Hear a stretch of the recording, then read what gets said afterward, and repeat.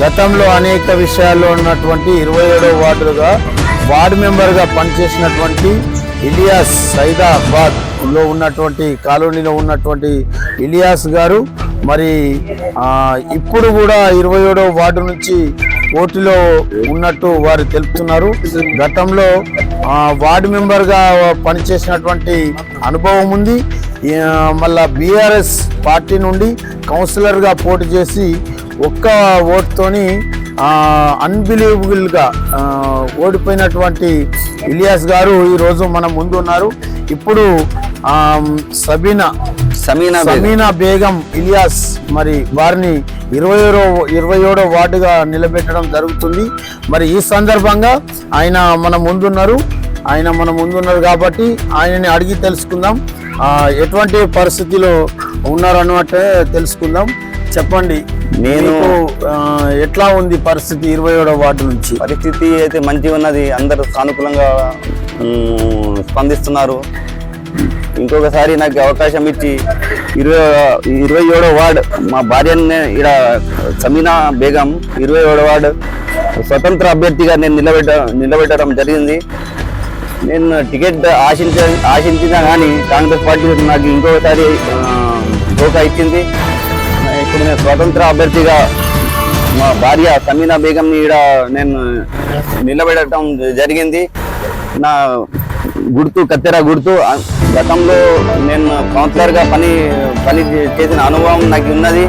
2008లో నేను స్వతంత్ర అభ్యర్థిగా ఉంగరం గుర్తు పోటీ చేసి గెలిచిన, ఎన్నో అభివృద్ధి కార్యక్రమాలు కూడా చేసిన. ఇప్పుడు గతం 2008 ఎలక్షన్లో నా బీఆర్ఎస్ పార్టీ నుంచి నేను కాంటెస్ట్ చేసి ఒక్క ఓటు స్వల్ప మెజారిటీతో నేను ఓడిపోవడం జరిగింది. ఈసారి 27వ వార్డు మా భార్య సమీనా బేగం నేను నిలవడం జరిగింది. తప్పకుండా ఇప్పుడు రాజారాం నగర్ అంటేనే భిన్నత్వంలో ఏకత్వం, ఇది పర్ఫెక్ట్ ఎగ్జాంపుల్. తప్పకుండా ఈ వార్డులో ఎన్నో కులాలు ఉన్నాయి, ఈ ఆర్మూర్లో ఎన్ని కులాలు ఉన్నాయి, ఈ వార్డులో అన్ని కులాలు ఉన్నాయి.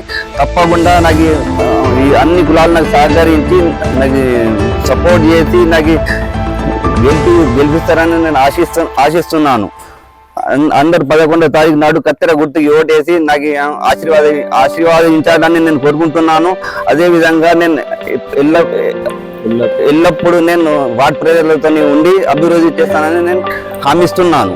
ఈ కాలనీలో ఎలాంటి సమస్యలు ఉన్నాయి, ఏ సమస్యని పరిష్కరించడానికి వీళ్ళకి హామీ ఇస్తారు, దీనికి ఉన్నటువంటి పరిస్థితి ప్రధాన సమస్యలు ఏమున్నాయి 27వ వార్డు? 27 వాళ్ళు ప్రధాన సమస్యలు అంటే గతంలో చూస్తున్నాం మనం. గతంలో నేను ఎట్లా ఉన్నది అట్లానే ఉన్నది. డ్రైనేజ్ ప్రాబ్లం అందరు చూడొచ్చు, రోడ్లు అట్లానే ఉన్నాయి, డ్రైనేజ్ ప్రాబ్లంలు అట్లానే ఉన్నాయి.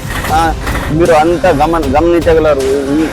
పోయినసారి మొత్తం రోడ్ ఎట్లా ఉన్నది అట్లానే ఉన్నది, కట్టె రోడ్. రాజారాం నగర్ ఎప్పుడు అరుగుల రాజారాం నగర్ గారు ఇచ్చిన ప్లాట్లు ఇవి. ఈ ప్లాట్లు అంత పెద్ద గొప్ప నాయకుడు ఈ ప్లాట్లు ఇచ్చారు, కానీ గతంలో ఎందరో నాయకులు వచ్చి వీళ్ళని యూజ్ చేసుకొని పోయినారు, కానీ ఓన్లీ డెవలప్మెంట్ గురించి ఆలోచించాలి. నేను తప్పకుండా హామీస్తున్నాను, నాకు గెలిపిస్తే తప్పకుండా రాజారాం నగర్ని అభివృద్ధి చేస్తానని నేను తప్పకుండా రాగానే నేను 5 సంవత్సరాలు రాజారాం నగర్ ఆదర్శ వార్డుగా నేను తీర్చిదిద్దానని చెప్తున్నాను. ఇప్పుడు టికెట్ రాని పరిస్థితి ఎందుకు రాలేదు, దానిపై ఉన్న నీ అభిప్రాయం ఏంటి? ఇక మనం చూడొచ్చు, ఎన్నో సమస్యలు ఉన్నాయి. అందరూ గ్రూప్ రాజకీయం ఇక్కడ నడుస్తున్నది. కొందరు టికెట్ నేను చెప్పలేను, ఎందుకంటే ఇప్పుడు పరిస్థితి బాగాలేదు. నేను టైం వచ్చినప్పుడు దీని గురించి స్పందిస్తాను. చూస్తున్నాం ఇప్పుడు ఈ రాజారాం నగర్ కాలనీని అభివృద్ధి చేస్తా అని చెప్పని మన ఇలియాస్ గారు ఇప్పుడు మనకు హామీ ఇవ్వడం జరిగింది. చూద్దాం రానున్న ఎలక్షన్లో ఈ వార్డు కౌన్సిలర్గా మరి గెలవాలని ఆశీర్వదించాలని ఆయన కోరడం జరుగుతుంది. BSB news Telangana, Armoor, V Suresh Babu. Thank you.